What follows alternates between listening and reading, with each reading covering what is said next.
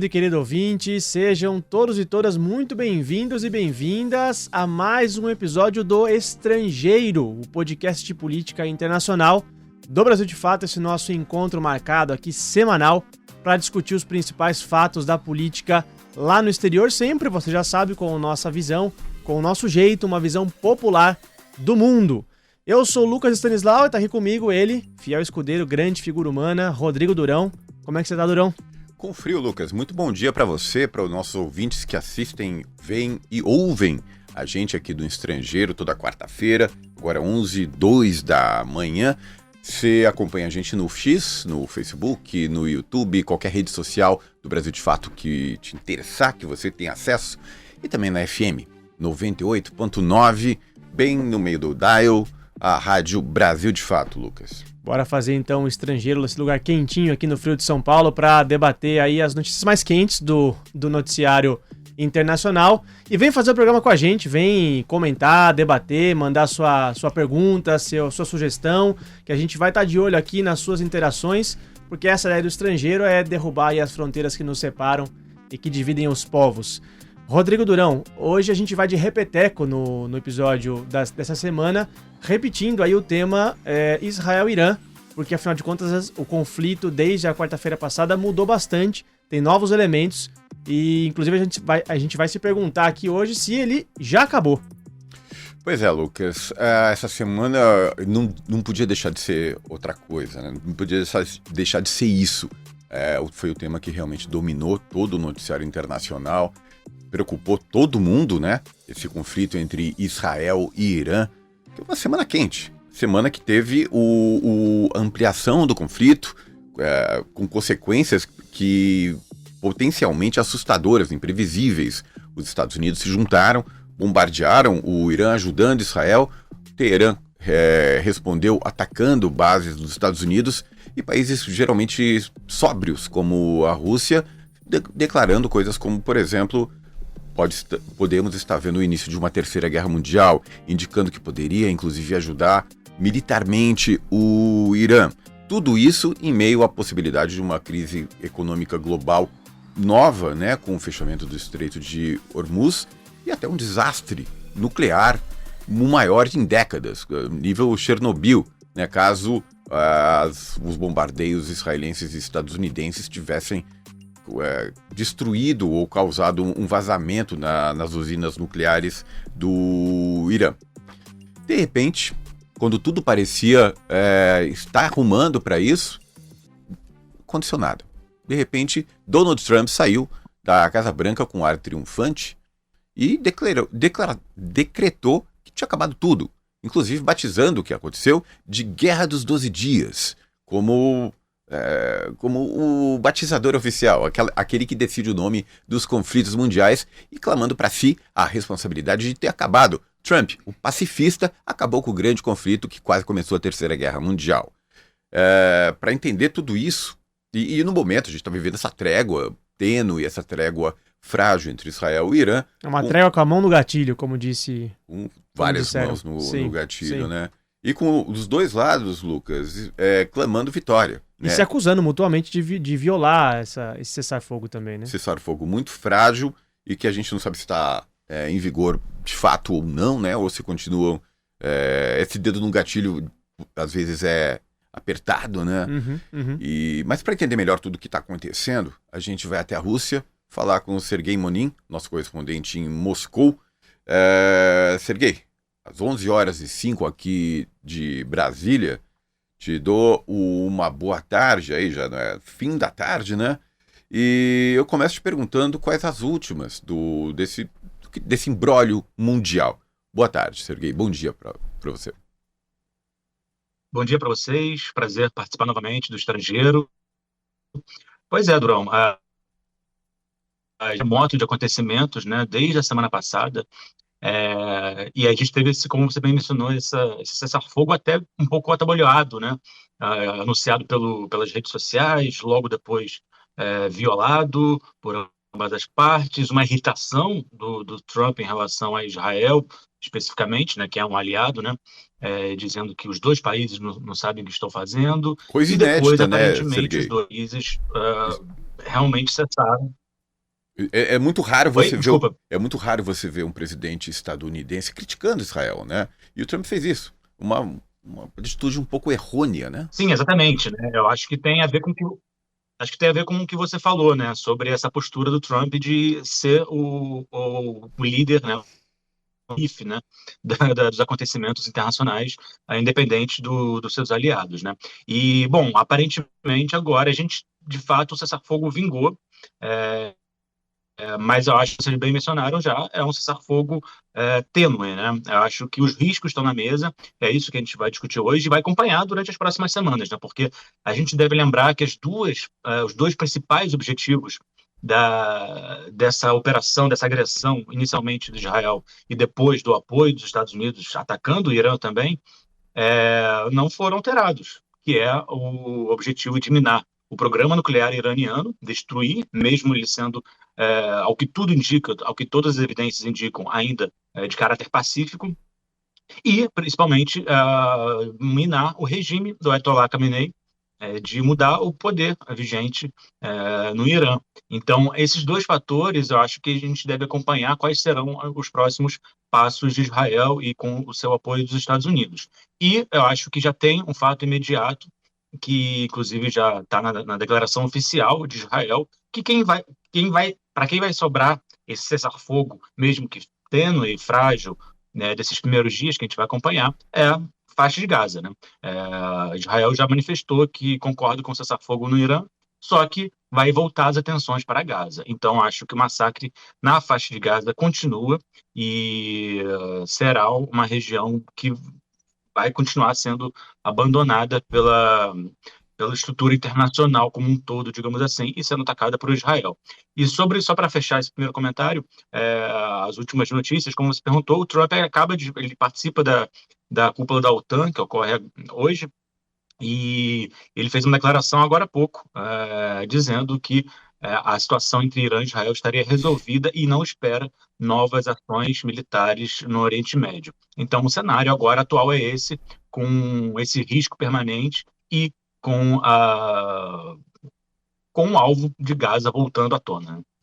Cúpula da OTAN que começou ontem, né, e deve continuar aí ao longo do dia de hoje e que deve reunir os principais líderes da Europa Ocidental, membros da Organização do Tratado do Atlântico Norte, que deve ter todos os focos justamente para o conflito entre além, Israel e Irã. claro, da proposta não, ultimato dado pelos Estados Unidos de que a Europa tem que aumentar o gasto militar, que os Estados Unidos disseram, a torneirinha vai fechar. Justamente. E agora vocês andam pelas próprias pernas e gastem 5% do seu PIB em arma. Essa cúpula deve ser totalmente voltada para estender as mãos e passar o chapéu dos europeus para o Trump. Inclusive, a gente via o secretário-geral da OTAN ali em todo um tom amistoso e meio até subserviente com o Trump. A gente vai falar bastante da cúpula da OTAN no episódio de hoje, mas quero voltar ao tema Israel e Irã e apresentar a nossa comentarista, a coordenadora da Secretaria da Assembleia Internacional dos Povos,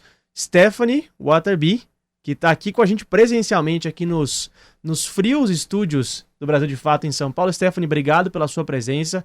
Um prazer contar contigo aqui no Estrangeiro e quero já começar te perguntando a pergunta que dá título ao episódio dessa semana, né, do Estrangeiro. Esse conflito Israel-Irã foi de fato uma guerra de 12 dias, uma guerra aí express, né, uma guerra rápida, ou na verdade ela é a expressão de um conflito maior, né, que envolve um plano de dominação dos Estados Unidos e Israel na região do Oriente Médio? Bem-vindo ao Estrangeiro, Stephanie. Bom dia. Bom dia. Bom, eu acho que não é uma guerra de 12 dias, eu acho que a gente tem que rejeitar essa nomeação porque ela é falsa e ela só serve para sublinhar um papel suposto do Trump como grande mediador dos conflitos mundiais, coisa que ele não é. E eu acho que a guerra, primeiramente, ela não começou o 13 de junho, com os primeiros bombardeios. Isso foi uma escalada de uma campanha de agressividade intensa que o Israel tem, com uma série de diferentes forças e países vizinhos, e ela não terminou. É evidente que ela não terminou, porque o ataque ao Irã, ele não está desvinculado à guerra na Palestina. Eles estão intimamente ligados. E enquanto o genocídio na Palestina continuar, a gente não pode considerar que nenhuma guerra terminou. Agora, eu acho muito importante sublinhar que os objetivos do Israel nesse conflito não era conter o desenvolvimento de armas nucleares, porque todo mundo sabe que o Irã não tem armas nucleares. E durante mais de 20 anos, o consenso da comunidade de inteligência americana é que o Irã não tem intenção de desenvolver armas. Inclusive, com a liderança do Ayatollah Khamenei, ele coloca que é moralmente inconsistente com os princípios deles desenvolver uma arma dessa escala. Então, todo mundo sabe, Irã não tem arma nuclear. Agora, então, qual que era o objetivo do Israel nesse sentido? O objetivo do Israel é manter o Irã submetido, debilitado, fragilizado, para evitar que ele se torne um concorrente, uma força que possa disputar a hegemonia com o Israel na região. Porque o Irã tem todas as capacidades, é um país muito mais grande do que o Israel e é muito mais grande do que os outros países da região. Só para ter uma comparação, o Irã tem uma população de em torno de 92, 94 milhões de pessoas. É um país com depósitos de petróleo muito importantes, mas também de outros minérios. É um país que já foi um império antigamente e que tem todo um histórico de institucionalidade e de desenvolvimento nas suas capacidades tecnológicas e produtivas, que indicaria que, em algum momento, se o Irã pudesse se desenvolver, seria uma grande potência regional muito maior do que o Israel. E o Israel não pode permitir isso. Então, o Israel sabe que as vitórias que o Israel conquistou até agora, que é o debilitamento do Hezbollah, o debilitamento do Hamas, o novo regime na Síria, são vitórias temporárias. O Israel não tem a capacidade por si só de manter as conquistas que fez até agora. Porque todos esses, primeiro, o Hamas está debilitado, mas não terminalmente. O Hamas ainda pode se recuperar. A mesma coisa com o Hezbollah. E o regime novo na Síria, ele tem uma instabilidade enorme. Ele não é um regime que tem se consolidado. A gente viu isso recentemente. Houve um ataque bomba dentro de uma igreja na Síria, o que indica o quê? Que o país não foi pacificado, que não há unidade interna. Então, o Israel sabe que para eles manter as conquistas dos últimos 20 meses, precisa um envolvimento mais intenso dos Estados Unidos na região. Eu acredito que o Israel gostaria que os Estados Unidos se envolvesse diretamente com tropas num conflito bélico na região. Mas você, aliás, eu queria alertar para quem está ouvindo a gente para ler o seu artigo incrível que eu tive o prazer de editar esse final de semana. Procurem no Brasil de Fato. O título é Gaza e Irã mostram que dominação dos Estados Unidos não está no fim e só cairá com mobilização popular global. Steph, mas o plano de Israel, muito falado, inclusive abertamente, é mudança de regime. Estados Unidos também, e não exatamente a pacificação desses países, mas tornar esses países fracos, estados pária, como aconteceu na Síria. A diferença é que em lugares como o Iraque ou a Síria, é possível fazer isso apostando em etnias minoritárias que querem tomar o poder. No Irã não tem isso. No Irã, os xiitas, eles são tão dominantes que é impossível apostar num grupo minoritário de sunitas ou cristãos que pudessem ser essa força de derrubada do regime islâmico, do Irã. E os Estados Unidos parece que não tem estômago e nem intenção de botar tropa no chão, no Oriente Médio, especialmente num país tão grande, enorme geograficamente como o Irã, 90 milhões de pessoas. Levando em consideração, você traça nesse artigo uma linha condutória muito interessante, dizendo que vem desde os anos 90 esse plano de dominação e tudo que aconteceu desde o sacilamento da Iugoslávia, a guerra contra o terror, É tudo parte de uma grande iniciativa para manter a dominação dos Estados Unidos. Como isso acontece agora? Como esses acontecimentos da última semana corroboram essa ideia de que é um grande plano de dominação de Washington? E o que mudou, né, esse decreto da trégua? Como é que você vê isso? Eu acho que o que a gente viu nas últimas 2 semanas é que a gente está entrando num ponto de inflexão muito importante historicamente, porque a gente está evidenciando a queda parcial da ordem unipolar e da ordem mundial que precede a que está em construção. Por quê? A gente viu algumas coisas, e eu digo que é uma queda parcial da institucionalidade, porque na sequência a gente está vendo o fortalecimento da OTAN. Ou seja, por um lado, os Estados Unidos está conseguindo, por meios coercitivos, fortalecer a OTAN, obrigando os países europeus a contribuir mais para uma armamentação, para uma escalada de defesa que corresponde a interesses americanos na Europa. Então, por isso que eu digo que é parcial. Mas a gente assistiu a fatos que são inéditos e muito importantes. O primeiro deles, que eu acho que a gente não pode ignorar, é que o Irã foi vítima de uma agressão no meio de um processo de negociação em que o Irã estava atuando com boa fé e boa vontade. Uhum. É muito importante sublinhar que as reivindicações desse processo de negociação que os Estados Unidos estava colocando para o Irã eram brutalmente diferentes das que o Israel estava exigindo para não atacar o Irã. Então, os Estados Unidos colocava, não pode passar de certo nível de enriquecimento de urânio que poderia assinar para a construção de uma bomba. A reivindicação do Israel é diferente, é nenhum enriquecimento do urânio. Então, isso a gente está falando de um país que tem arma atômica não participa ilegal, do tratado. Exatamente. Essa é a segunda questão. Atacar um país que está cumprindo com o Tratado de Não Proliferação Nuclear, no meio das negociações, eu acho que uma violação tremenda do que é tanto o marco legal, a lei internacional e a diplomacia, ou seja, os convênios,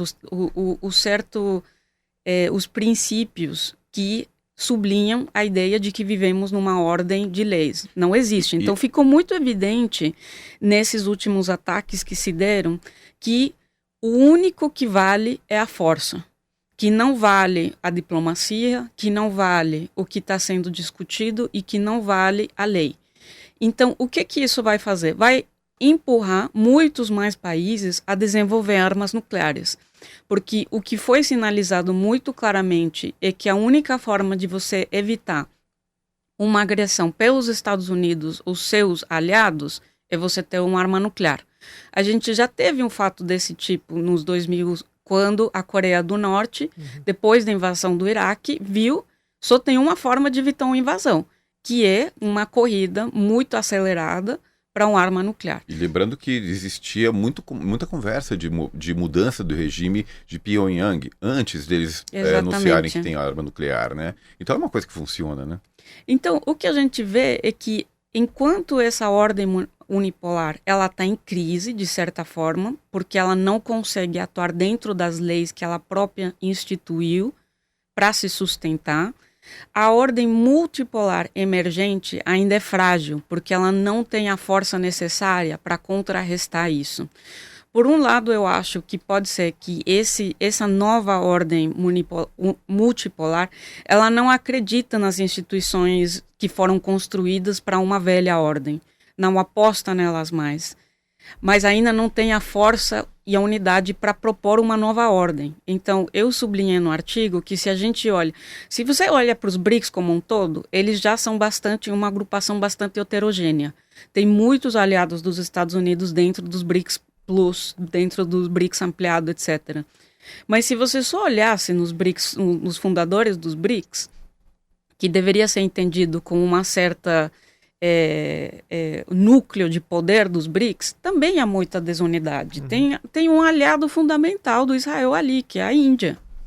A Índia entende o Israel como uma nação irmã, e é muito interessante ver que nos houve nacionais indianos atuando com a Mossad dentro do Teherã, nas operações contra Irã nessas últimas semanas, porque a gente sabe, né, não só teve bombardeios aéreos do Israel, também teve operações de infiltrados da Mossad dentro do Irã.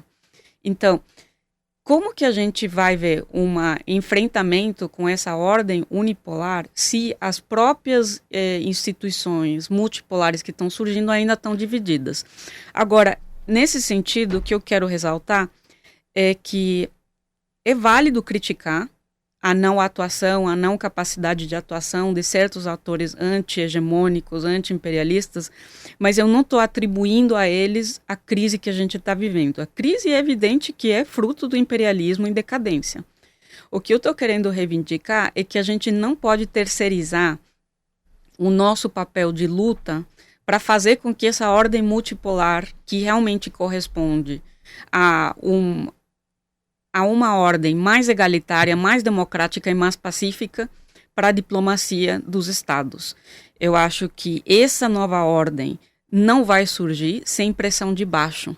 Precisa pressão de baixo para empurrar as condições necessárias para que surja uma ordem antagônica ao que a gente tem hoje. Porque o que a gente vê é que a ordem atual está morrendo e a alternativa não está surgindo rapidamente, ou não com a rapidez suficiente para frear um genocídio. E isso demanda das forças populares organizadas para reivindicar e para exigir essa nova ordem nascer. Sobre essa diversidade de países e de linhas que existem dentro do BRICS, né, a gente até comentava mais cedo na redação, um pouco de surpresa, de espanto, como o grupo do BRICS demorou para se posicionar sobre os ataques de Israel ao Irã. A nota saiu só ontem à noite, terça-feira à noite, assim, a gente ficou até meio surpreso. Nossa, mas demorou, né? Esperou chegar ao final, praticamente, para poder se posicionar, né? Então, acho que expressa um pouco isso que a Stephanie vinha falando, dessas contradições internas do bloco mesmo, até todo mundo concordar com um texto, né? Teve um tempo de negociação ali por trás. E um dos países que está no BRICS, mas que não hesita em condenar e criticar esses instrumentos ocidentais, como a OTAN, por exemplo, né, é a Rússia. Falando sobre o conflito Israel-Irã, o chanceler russo, Sergei Lavrov, argumentou e levantou a possibilidade de, olha, se a gente continuar nessa mesma toada desses organismos ocidentais como a OTAN, a gente vai chegar logo a uma terceira guerra mundial, que é um pouco sempre quando a gente vê alguma hostilidade israelense ou estadunidense na região, esse temor sempre ressurge e reaparece. Dessa vez, vindo do chanceler russo, a gente bota muita mais atenção, muito mais olhar em cima dessa alegação. Quero perguntar para o Sergei como que essa declaração e como que esse posicionamento russo repercutiu aí na Rússia, Sergei. E mais além disso, a Rússia desde o início tentou se colocar como mediadora, né, desse conflito. Não foi muito bem sucedida, né, não teve muita eco ali dentro, mas como que a Rússia sai desse conflito, dessa escalada de hostilidades ali entre Israel e Irã? Bom, eu acho que a gente tem que ter cautela ao avaliar essas declarações sobre Terceira Guerra Mundial, porque essas declarações, meio à escalada, né, do conflito entre Irã e Israel, mas num tom de alerta, né? Uhum. E isso não é novidade na retórica russa, porque a Rússia é um país que tem arma nuclear. Então, se você joga uma gasolina em regiões que possuem armas nucleares, é claro que esse tema sempre volta à tona. Mas no caso da Rússia é mais uma questão de alerta, e acho que a gente vê que a gente precisa tomar cuidado para não fazer parte, né, de um certo alarde, né? E é claro, a questão do Oriente Médio ela tem a ver com esse alerta, né, de espiral de risco, né, de conflito mais ampliado, porque a região é muito delicada e você tem interesses externos de blocos, né? Então você tem os Estados Unidos como potência, você tem o Israel representando uma certa visão ocidental e você tem interesses fortes da Rússia na região. E aí que eu entro diretamente na sua pergunta, que é a questão da Rússia de buscar uma mediação no conflito. A Rússia se manifestou, mas de uma maneira também cautelosa, oferecendo, mas não teve muito respaldo. De certa forma, quem deu as cartas foram os Estados Unidos, como aliado de Israel.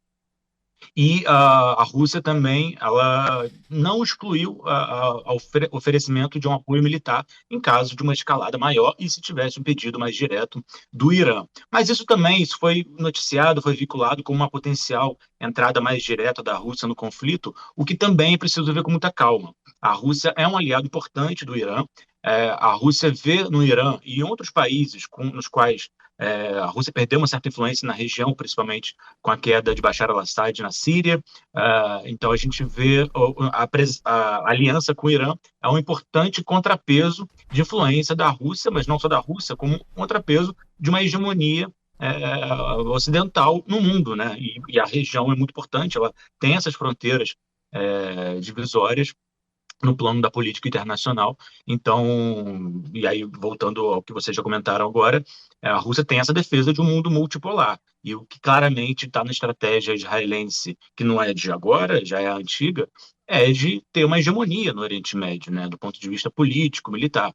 Então, a Rússia vê com muito alerta a isso, então sempre se manifestou, e principalmente depois da guerra da Ucrânia, a Rússia aderiu mais a um discurso crítico a Israel e pró-Palestina, justamente por evidências claras de violação do direito internacional, dos direitos humanos, com todo o massacre que acontece em Gaza. A Rússia não fecha os olhos para isso, mas ao mesmo tempo a Rússia tem alguma cautela, tem uma relação um pouco ambígua com Israel, tendo a grande diáspora russa em Israel, tem milhões de russos, cidadãos russos em Israel. A Rússia mantém relações econômicas, mesmo não tão expressivas, mas certa cautela em estabelecer uma tensão maior com Israel, principalmente porque Israel não aderiu ao bloco ocidental de uma maneira, às sanções, a maneira tão enfática de oferecimento de apoio militar, tão enfático como o Ocidente, no caso da Ucrânia. E aí volta também a questão da limitação da Rússia nessa esfera, porque a Rússia, que tem a ver também com a queda do Bashar al-Assad, a Rússia tem menos poder de ação hoje em qualquer outra parte do mundo, porque tem a prioridade da guerra da Ucrânia. Você tem uma linha de frente de mais de 1.000 quilômetros para defender, para sustentar suas posições e para avançar, porque a Rússia continua avançando, ainda não alcançou seus objetivos estratégicos. Então, esse panorama geral dita um pouco a retórica russa na região. Uma defesa de um multilateralismo, de um contrapeso a um projeto de hegemonia, tanto no Oriente Médio como global. Acho que os conflitos estão muito interligados justamente por essa dinâmica. Então, a Rússia condena com cautela, mas está claro o papel da Rússia um pouco nessa engenharia, arquitetura de segurança global, e por isso a Rússia é um dos principais atores hoje que promove, né, uma maior hegemonia não, desculpa, uma maior emergência do BRICS, do Sul Global, com relevância na política internacional. Serguei, então a Rússia ela condena, ela gostaria de um mundo mais multipolar, mas se preocupa com esse aumento da influência dos Estados Unidos e de Israel no Oriente Médio, inclusive países parceiros da Rússia, mas não está disposta a entrar de coração aberto, entrar com tudo nesse conflito, principalmente porque tem outro conflito mais importante aos seus olhos para resolver antes, da Ucrânia, né? Então é isso que a gente pode esperar nos próximos tempos. A gente pode esperar uma diplomacia um pouco com o pé no freio, com a mão no freio de Moscou nos próximos tempos. É claro, se o conflito tivesse uma proporção muito maior, que foi o risco desenhado a partir da intervenção dos Estados Unidos, a partir de uma maior agressividade de Israel, é claro que essa diplomacia poderia mudar. Então, a Rússia tem uma política externa, quando não diz respeito à sua esfera de influência, à Ucrânia, aos países do espaço soviético, no plano mais internacional, a Rússia tende a ter uma cautela nesse sentido, uma retórica de observar, de condenar, de usar o direito internacional como um arcabouço fundamental, mas é um pouco por aí. Agora, só para completar, eu acho que,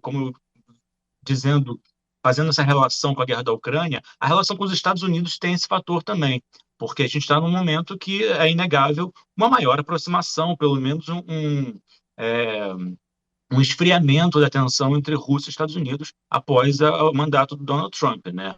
Então, Putin e Trump conseguem conversar, que é uma coisa inédita, e E eu acho que, voltando à prioridade da Rússia na Ucrânia, a Rússia também tem cautela de fazer uma tensão maior com os Estados Unidos no Oriente Médio e uma outra região. Acho que isso é um ponto importante também. Não é do interesse da Rússia criar um desgaste maior com os Estados Unidos quando consegue negociar com os Estados Unidos e ver nos Estados Unidos, Donald Trump principalmente, uma política mais refratária em relação à Ucrânia, em relação à OTAN. Então, acho que esse é um ponto importante, né, que está dentro desse cálculo estratégico russo. Olha só, a gente recebeu uma pergunta aqui pela nossa transmissão no YouTube. A Diane Lopes pergunta se a confirmação de que os mandatários da China e Rússia não virão à reunião dos BRICS no Brasil este ano, que acontece em dia 6 e 7 de julho, é algum tipo de recado frente a esta situação. Vladimir Putin, presidente russo, que não deve vir porque tem um mandado de prisão expedido pelo Tribunal Penal Internacional, deve mandar o chanceler Sergei Lavrov, e há a informação de que o presidente Xi Jinping não viria, né? Segundo o nosso correspondente lá em Pequim, o Mauro Ramos, a confirmação ainda está por ser feita, né? A informação ainda não foi confirmada, mas não viria por conflito de agendas. Stephanie, queria te jogar essa pergunta. Como é que você vê se de fato Xi e Putin não vierem ao Rio de Janeiro para a cúpula do BRICS, se tem alguma coisa a ver com o conflito Israel-Irã, e como você vê essa vindoura cúpula do BRICS aí para discutir esse dilema que a gente tem, né, entre a velha ordem que está morrendo e essa nova que ainda não nasceu? Bom, eu ainda não falei com o Xi nem com o Putin para saber... Como não, Stephanie? Para saber os motivos. Vacilo. Manda áudio, Stephanie. Pois é. Eu não acho que isso sinaliza uma reação à conjuntura atual, nem tampouco sinaliza uma perda de interesse ou importância pelos BRICS. Eu acho que os BRICS continuam sendo uma ferramenta muito importante para ambos os países, e eu acho que a questão que freia um pouco o desenvolvimento dos BRICS não é que Rússia ou China acham o BRICS pouco importante, senão que talvez tem visões divergentes sobre como avançar os BRICS e quais que devem ser as prioridades para os BRICS. Para a China, os BRICS faz parte de uma estratégia compreensiva para ampliar colaboração econômica com o Sul Global, que é a estratégia principal da China para enfrentar o imperialismo dos Estados Unidos e também para tentar tecer relações com o Sul Global e criar uma nova ordem mundial baseada nessa cooperação entre países irmãos. Lembrando que a cúpula do BRICS acontece no Rio de Janeiro, dia 6 e 7 de julho, né? A gente vai estar lá, né, Lucas? Exatamente, com um time de peso lá no Rio de Janeiro, e todas as notícias fresquinhas da cúpula do BRICS você pode encontrar no site do Brasil de Fato, e você pode receber também diretamente no seu e-mail. E aqui eu já aproveito deixa para te fazer o convite de se inscrever na nossa newsletter, o nosso boletim semanal que chega diretamente na sua caixa de e-mail. É só você acessar brasildefato.com.br/boletim, se inscrever na nossa newsletter, que é de graça. É de graça? Não precisa pagar nada? Não precisa pagar nada. Pode estar devendo, inclusive? Nem moeda multipolar, nem dólar, nem euro, não paga nada, é de graça. E você recebe aí diretamente no seu e-mail as últimas notícias do Brasil e do mundo pelo brasildefato.com.br/boletim. Todas as informações sobre a cúpula do BRICS, o nosso time de reportagem que vai estar lá no Rio de Janeiro, você pode acessar no site e pela nossa newsletter. Eu quero aproveitar a gente falando de BRICS e todos esses dilemas de outras nações para perguntar para a Stephanie uma questão, Steph, que surgiu numa das nossas reuniões de pauta na última semana, né?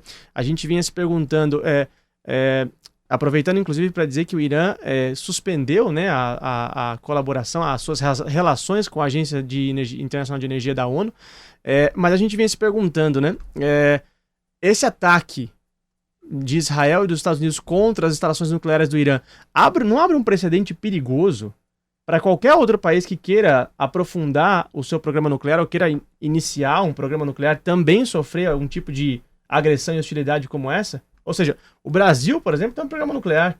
A gente deveria se preocupar caso amanhã ou depois a gente vire a esquina e não sejamos tão queridos assim por Israel e Irã, ou Israel e Estados Unidos, ou qualquer outro país. A gente deve se preocupar. Violação de soberania, não seria isso? Olha, eu acho que, como eu falei, sim, os ataques que se fizeram contra o Irã, eles tendem a empurrar mais países e o próprio Irã para uma escalada de armamentícia, né, de procurar se armar nuclearmente. E eu acho que voltando para o porquê que isso... Eu acho que o Israel sabia que isso era um risco e não tinha uma preocupação com isso. Ou seja, o Israel está disposto a arriscar que o Irã, de fato, consiga uma arma nuclear, porque isso ajuda para continuar cercando o Irã e continuar isolando o Irã. Então, vamos lembrar que se o objetivo é uma troca de regime no Irã, e como o Durão mencionou já, não é possível fazer isso sem tropas. Não é possível. Não é possível fazer isso com uma guerra aérea unicamente. Inclusive, já foi comprovado que os ataques dos Estados Unidos também não tiveram um impacto tão definitivo na capacidade nuclear do Irã. Ou seja, já há uma avaliação de que a reconstrução do que foi destruído pode se concluir em menos de um ano. Ou seja, não... Meses, né? Meses. Então, o que isso quer dizer é que, já que não pode mobilizar tropas para dentro do Irã, porque os Estados Unidos não têm como fazer isso, o clima político dentro dos Estados Unidos não permitiria isso atualmente, o único caminho, então, para continuar o debilitamento do Irã é as sanções. O Irã é o país mais sancionado do mundo. E isso tem comprometido de forma muito grave o desenvolvimento econômico do país. E o objetivo é que isso, com o tempo, vai minando a sociedade, vai fragilizando a unidade que existe em torno do regime atual e que vai levar para um câmbio de regime. Só que o que aconteceu depois dos ataques é que, ao contrário do que o Israel gostaria que tivesse acontecido, a sociedade iraniana se uniu. Claro, né? Porque se viu atacada. Porque está sendo atacada. E a única alternativa que surge atualmente ao regime islâmico é a monarquia. Hoje, a força de oposição com mais apoio é a monarquia, mas é um apoio muito pequeno ainda. Sim, sim. É visto com muita pouca legitimidade. Mas seria o que? Restaurar o regime do Shah, é isso? Sim, é reviver o Shah, o filho do Reza Pahlavi, que também é Reza Pahlavi. E tem vários júniors nessa família. Mas a maioria da sociedade iraniana não vê isso como um caminho para uma reconstrução de uma república democrática liberal. Ou seja, estão vendo duas opções. Uma teocracia, que por mais que ela seja frágil, ela tem um caráter nacionalista e soberano, ou uma monarquia, que também não é uma democracia, ou seja, a teocracia não é democracia, mas a monarquia também não é democracia. O regime do Shah não deixou muita saudade, né? O regime não totalmente vendido para o Ocidente. Violento, Tanto que, repressivo, né? A unidade nacional contra-se, se a gente lembra quais que foram as condições que levaram ao surgimento da República Islâmica, a unidade social, assim, da sociedade em contra do Shah era grande. De fato, não todos que se opuseram ao regime do Shah eram islamistas. Os islamistas foram quem conseguiram, de certa forma, captar o momento e ser a vanguarda desse movimento contra o Shah. Então, hoje não há uma alternativa muito boa. Então, o que os Estados Unidos e o Israel estão apostando também é uma aposta bastante frágil, porque hoje não tem uma oposição consolidada, e o que eles conseguiram é criar uma maior unidade dentro do Irã. Então, eu acho que, embora a estratégia hoje é forçar uma troca de regime, vai ser um processo muito longo. E o que a gente pode esperar é, sim, que o Irã, muito provavelmente, agora sim, vai mudar o clima interno e vai ter um apoio maior por a busca de uma arma nuclear. Eu acho que isso pode ocasionar que outros países também sigam nesse caminho. Pois é, inclusive o presidente do Irã, Massoud Pezeshkian, ele foi eleito com a perspectiva de que iria negociar. Da ala reformista, né? Ala reformista, a favor de negociação com o Ocidente, justamente para abrandar essas sanções que estão estrangulando a opinião pública iraniana. Entende que o ideal seria um governante que conseguisse conversar e levantar essas sanções, né? Então você mostra o caráter colaborativo que o Irã estava tendo em chegar a um acordo que foi tudo sabotado por Israel. Que é o que o Israel quer. O Israel não quer que os Estados Unidos e o Irã cheguem a uma paz negociada. Pois é. Agora, as sanções são uma arma que vem sendo utilizada para frear justamente essa interação entre os países do sul global, né? Você vê ali Venezuela e Irã são países muito próximos por serem países petroleiros, né? Dividem características muito parecidas. Além de ter petróleo, são dois extremamente sancionados, né? Agora, outro país que também guarda relações importantes com o Irã é a China.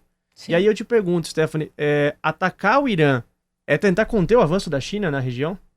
Talvez indiretamente. Eu não acho que é diretamente, porque tem outras estratégias para tentar conter o desenvolvimento da China.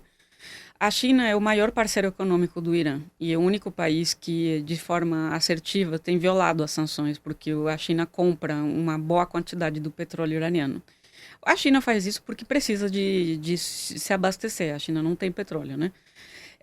Ou não tem o suficiente, não tem como se abastecer internamente. Mas o que eu acho é que indiretamente fragiliza a unidade entre os países do sul global, mas tudo isso tem efeitos contraditórios também, porque por um lado os Estados Unidos sancionam os países do sul para frear o seu desenvolvimento econômico e a sua integração regional, mas também as sanções são um dos maiores argumentos para fortalecer os BRICS e para criar moedas alternativas ao dólar. A própria Rússia mostra isso, né? Que arranjou, o Ocidente queria estrangular a Rússia no início da guerra da Ucrânia e não conseguiu que a Rússia se recuperasse, achasse alternativas econômicas voltadas para o sul global, né? Uhum. Então todas as ferramentas, todas as armas que o imperialismo dos Estados Unidos utiliza hoje são facas de dois gumes, né? De certa forma, por um lado, debilitam o que está emergindo, qualquer tipo de unidade entre os países do Sul, mas também alimenta mais a vontade a desafiar a ordem, porque a ordem se mostra cada vez mais autoritária, cada vez mais incoerente, cada vez mais... Assim, por exemplo, o tarifaço, que tarifa de forma totalmente arbitrária um monte de países africanos que não tem nada com os Estados Unidos, no sentido de, assim, essa ideia de que eles estão com uma balança comercial desfavorável em relação aos Estados Unidos, assim, tudo isso alimenta o sentimento dos países do sul global de construir alternativas e de não confiar nos Estados Unidos, de ver os Estados Unidos como um parceiro econômico que não dá para apostar e que está correspondendo unicamente aos interesses nacionais. Então, eu acho que sim, atacar o Irã, de certa forma, pode frear o desenvolvimento da rota da seda, de certa forma, mas também vai alimentar a vontade de construir ele, porque evidencia muito claramente que os Estados Unidos é um parceiro desleal nas negociações, que não dá para confiar ele em nenhum processo de diálogo. E eu acho que isso, a longo prazo, é o problema do imperialismo. E, ao mesmo tempo, a gente olha para as principais bandeiras aí dos Estados Unidos e do Ocidente em várias regiões do mundo, né? O estado de bem-estar social na Europa completamente ameaçado, se não destruído. A Coreia do Sul, queridinha aí durante muitos anos, né, do Ocidente, ali numa baita crise política ali envolvida em, né, escândalos de corrupção, prisão de ex-presidente.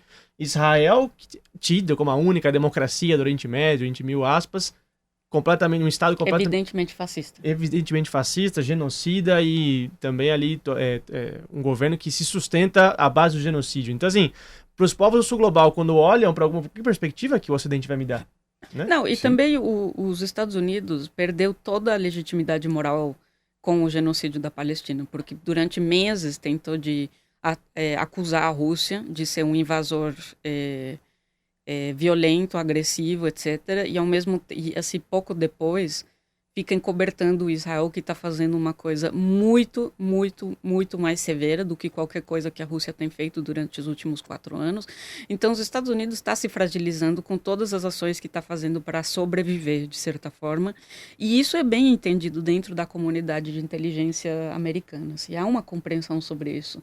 O problema é que não tem muitas outras alternativas do que continuar com essa escalada militar, né? Então, eu acho que isso que a gente fala quando falamos de hiperimperialismo, que é um imperialismo que está cada vez mais violento, mais agressivo, menos contido pela qualquer ordem, qualquer institucionalidade, porque não tem como atuar e manter a sua hegemonia dentro da institucionalidade.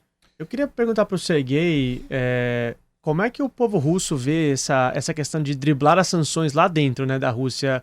A gente estava falando aqui que os povos do sul global vão cada vez mais pedir, fazer esse apelo por essas mudanças. Serguei, o povo russo visualiza essa alternativa num horizonte próximo? Celebra os dribles da Rússia às sanções?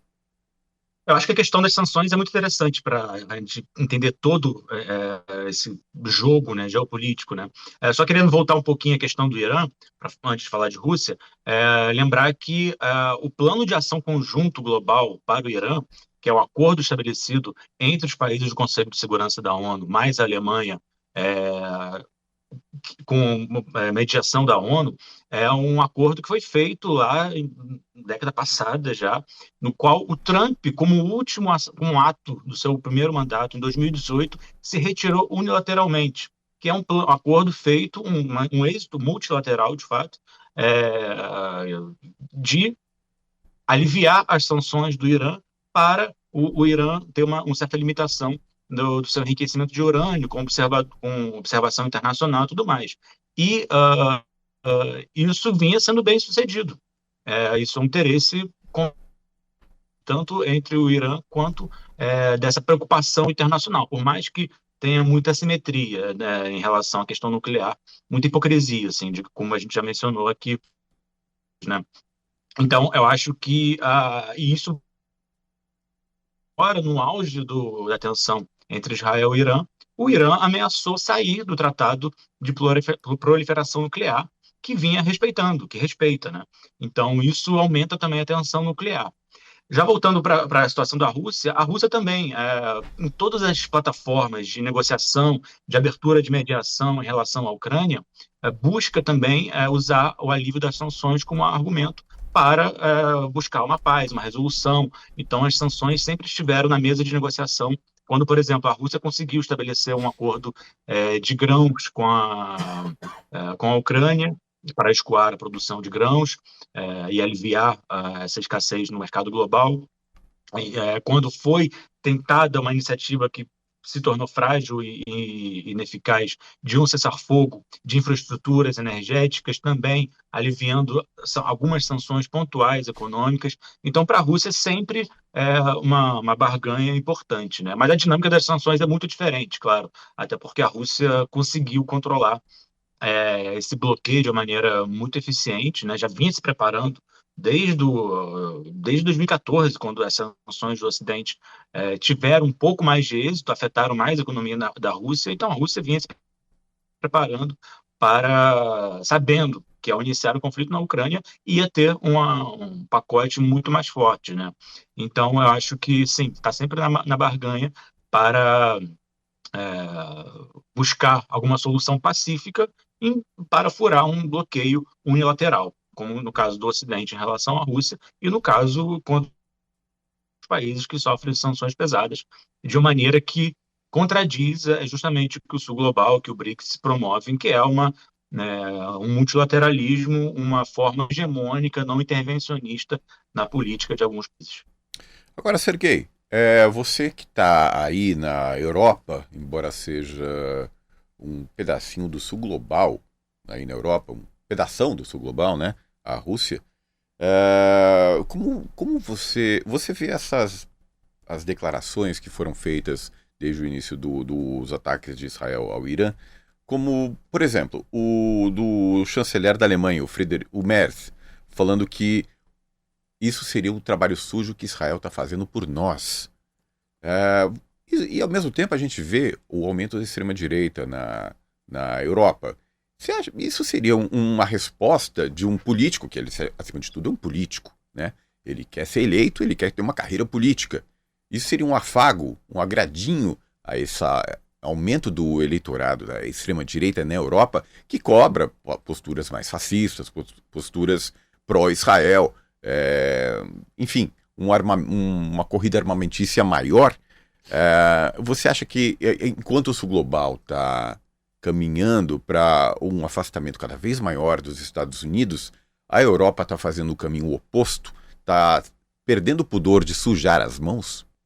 Eu acho que essa declaração do chanceler alemão é, no mínimo, infeliz, né, e irresponsável, né, porque, de fato, ignora todas as agressividades, né, muito mais assimétricas, muito assimétricas do lado do Israel, ignora todo o massacre, o genocídio que Israel promove em Gaza, para dizer que Israel defende interesses de uma suposta democracia. No subtexto é isso que ele diz, né? Uma reprodução bastante cínica, assim, né? Da avaliação da disputa de poder, né? Da balança de poder ali no Oriente Médio, né? Então tem essa irresponsabilidade, pode ser eleitoreira, apesar de que na Europa a gente também vê muitas manifestações pró-Palestina, então eu vejo como uma frase infeliz, né? Agora, em relação aos Estados Unidos, eu acho que também tem um risco ali, o contrário, né? Acho que a Europa também se prepara para um menor afago dos Estados Unidos no seu investimento na OTAN, que é o que a gente está vendo agora, né? A Europa busca se rearmar, reformular a União Europeia como uma potência militar, vendo que para os próximos anos pode ser que não veja tanto apoio dos Estados Unidos, né, tanto aporte, né? Então, isso é um risco muito grande, né? Porque enquanto o Trump conversar com a Rússia, mesmo que sem muita eficácia, buscar uma solução de paz que ainda está longe de acontecer no caso da Ucrânia, a Europa vê a Rússia como uma ameaça direta, então a gente tem hoje um reforço na fronteira, tem essa corrida armamentista que é muito perigosa, então mesmo um eventual cessar-fogo na Ucrânia, por exemplo, isso não resolve essa tensão que está sendo incentivada de uma maneira muito forte para os próximos anos, para as próximas gerações. E você mencionou falada, né? Porque a União Europeia quer se armar, o Ocidente quer se rearmar como uma potência armamentista, militar na região, sem depender dos Estados Unidos. Agora, a gente não sabe na mão de quem que vai estar esse potencial militar, né? Então, se amanhã, esperamos que não, assume um governo de extrema-direita, por exemplo, na Alemanha, que vinha flertando, né, com esse aumento de poder político da extrema-direita, é muito perigoso você rearmar nesse cenário tão instável e tão difícil tão no horizonte um pouco escuro, assim, né?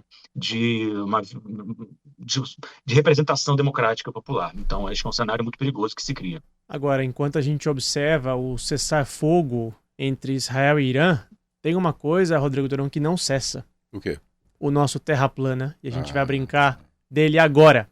We don't need no education.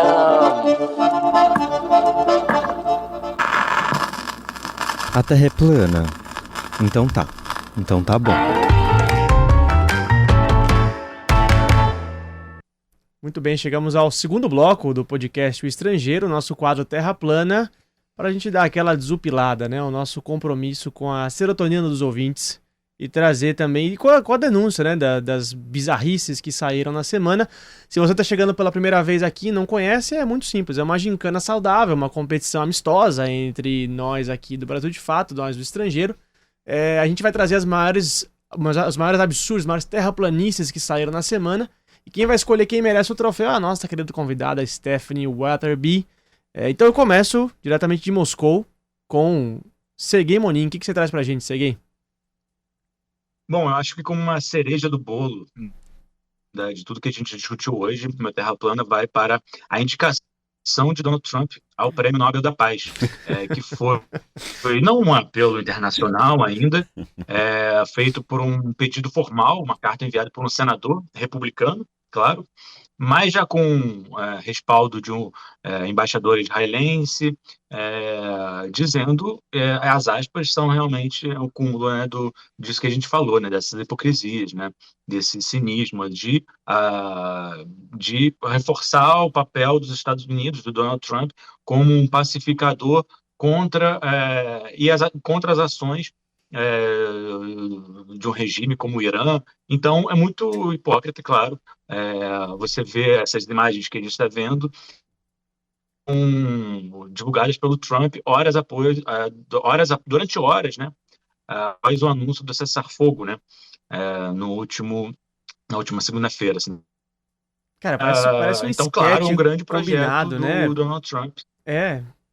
Não, parece uma caricatura, né? Exatamente, né? E entra no grande projeto do Donald Trump de, como eu disse, ser esse xerife, né? A arranjar alguma paz a despeito de quem quer que seja, né? E estou falando basicamente tanto do Irã quanto, por exemplo, do povo palestino, né? Então, é muito curioso se isso vingar, porque é claramente um fiador de muitos conflitos e de massacres ainda que continuam a todo vapor. Então, por isso, acho que é mais que digno uma indicação ao Terra Plana, onde a indicação de Donald Trump para qualquer tipo de prêmio de paz. Ele que... Por mais absurdo que essa indicação pareça... É absurda, né? Mas dentro do espectro político estadunidense, ele oscila mais para o lado da paz. Isso que é triste. Depois dos primeiros ataques do Israel contra o Irã, a Kamala Harris saiu publicamente dizer que os Estados Unidos têm que logo se somar e atacar também. Por causa dessa falta de interesse em atuar internacionalmente. Então, né? mas justificando-se que nós temos um compromisso inviolável com Israel e de ser um parceiro incondicional, e se o Trump não cede em atacar, ele está violando esse compromisso que a gente tem com Israel. Então, o mais absurdo dessa notícia é que, de fato, dentro do espectro político americano, o Trump tende mais para o lado da paz, não da paz, mas assim, da não intervenção, que, claro, agora com o ataque que ele autorizou, ele violou esse compromisso que ele fez com uma parte da base política dele a não intervir. Mas... Vamos lembrar que foi um governo democrata que foi o que mais bombardeou. Sim, com certeza. Na história, que foi o governo do Barack Obama, né? Sim. Durão, o que você traz pra gente? Esse terraplano é histórico, né? Mas o que você traz pra gente dessa semana? Outra violação do compromisso. Mas quem tá faltando nessa história? Vamos ver. Quem? Javier Milei. Milei. Aguanta, né? Milei. Milei que declarou que o Irã aproveitou o vácuo aí para declarar que o Irã era inimigo da Argentina. E ele foi